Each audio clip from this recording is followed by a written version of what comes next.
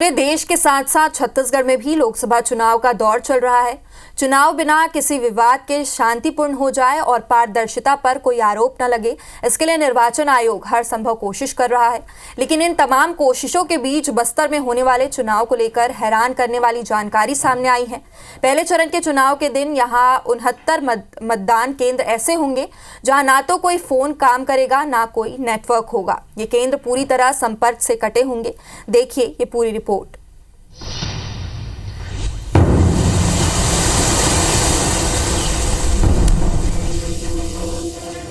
छत्तीसगढ़ की बस्तर लोकसभा सीट पर चुनाव कराना किस हद तक चुनौती भरा होता है, ये इसी बात से समझा जा सकता है कि प्रदेश के पहले चरण में सिर्फ एक इसी सीट पर चुनाव कराने का फैसला निर्वाचन आयोग ने किया है। नदी, पहाड़ और बीहड़ जंगलों से भरा पूरा क्षेत्र नक्सल प्रभावित इलाके में आता है। 156 मतदान केंद्रों तक गाड़ियों से या पैदल चलकर भी मतदान दल नहीं पहुंच सकते। इन्हें सिर्फ हेलीकॉप्टर से भेजा जा सकता है।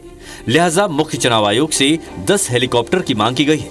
चुनाव के दिन यहां सुरक्षा बलों की 350 कंपनियां तैनात होंगी क्योंकि खतरे अधिक हैं। लेकिन इतनी तैयारियों के बीच भी 69 मतदान केंद्र ऐसे होंगे जहां संपर्क का कोई साधन नहीं होगा। यानी यहां ना तो कोई मोबाइल नेटवर्क काम करेगा, ना ही कोई लैंडलाइन की सुविधा होगी।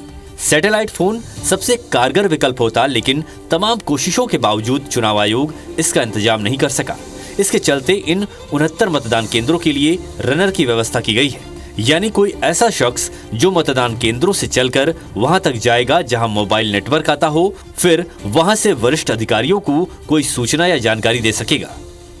1961 मतदान केंद्रों में से 159 मतदान केंद्र शेडो एरिया के रूप में चिन्हांकित किए गए हैं और इन पर जो कम्युनिकेशन के लिए हमने जो हमारा वायरलेस सेट होता है वो यूज़ कर रहे हैं और 69 मतदान केंद्रों में हमने रनर की व्यवस्था की है। बहरहाल तीसरे चरण के चुनाव के लिए शुरू हुई नामांकन प्रक्रिया के पहले दिन 3 नामांकन दाखिल हुए हैं। 19 अप्रैल तक नामांकन दाखिल होंगे, लेकिन 13 और 17 अप्रैल को सार्वजनिक अवकाश के चलते नामांकन दाखिल नहीं होंगे। 22 तक नाम वापस लिए जा सकते हैं। इस बीच अवैध कैश, शराब, फ्रीबीज के जब्त सामानों का आंकड़ा 108 करोड़ रुपए के पार पहुंच चुका है। आचार संहिता के नियमों के उल्लंघन की शिकायत भी 411 तक पहुंच चुकी है। नामांकन 19 तारीख तक लिए जाएंगे। 20 तारीख को इनकी स्क्रूटनी होगी और 22 तारीख तक नाम वापस लिए जा सकेंगे। 22 तारीख के पश्चात 22 तारीख की ही शाम को 3 बजे के पश्चात क्लियर हो पाएगा कि कितने कंटेस्टिंग कैंडिडेट हैं।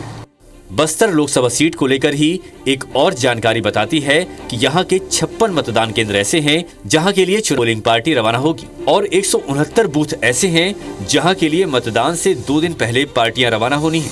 यानी ये भी दुरूह और चुनौतीपूर्ण मतदान केंद्र हैं। राजेश राज, IBC 24, रायपुर।